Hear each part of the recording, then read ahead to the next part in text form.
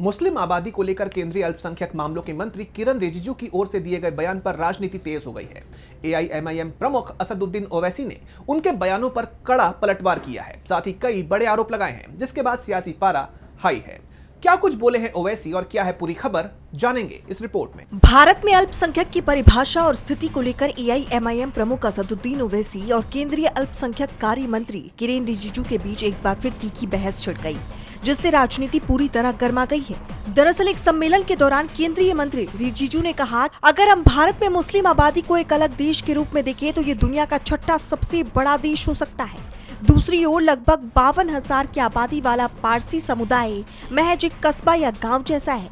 इसके बावजूद देश में पारसियों और मुसलमानों दोनों को अल्पसंख्यक का दर्जा प्राप्त है। अल्पसंख्यक समुदायों को बहुसंख्यक हिंदू समुदाय की तुलना में सरकार से अधिक फंड और सहायता मिलती है। हिंदुओं को जो कुछ भी मिलता है वो अल्पसंख्यकों को भी मिलता है, लेकिन जो अल्पसंख्यकों को मिलता है वो हिंदुओं को नहीं मिलता। रिजिजू के इस बयान पर ओवैसी ने कड़ी आपत्ति जताते हुए एक्स पर एक गणित का सवाल पूछा।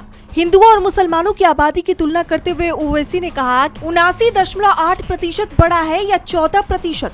अगर हिंदू बहुसंख्यक समुदाय है तो हर गैर हिंदू समूह स्वाभाविक रूप से एक अल्पसंख्यक समुदाय है। मंत्री अनुच्छेद 30 के तहत मुसलमानों के मौलिक अधिकारों से उन्हें वंचित करने के लिए दुष्प्रचार कर रहे हैं। अगर हम अल्पसंख्यक विरोधी मंत्री के तर्क को स्वीकार करते हैं तो हिंदी भाषी गैर हिंदी भाषी राज्यों में अल्पसंख्यक नहीं हो सकते, क्योंकि उनकी जनसंख्या कनाडा और अमेरिका की संयुक्त जनसंख्या से अधिक है। ओवैसी के पलटवार के बाद अब रिजिजू सवालों के घेरे में आ गए हैं। डीबी लाइव की रिपोर्ट।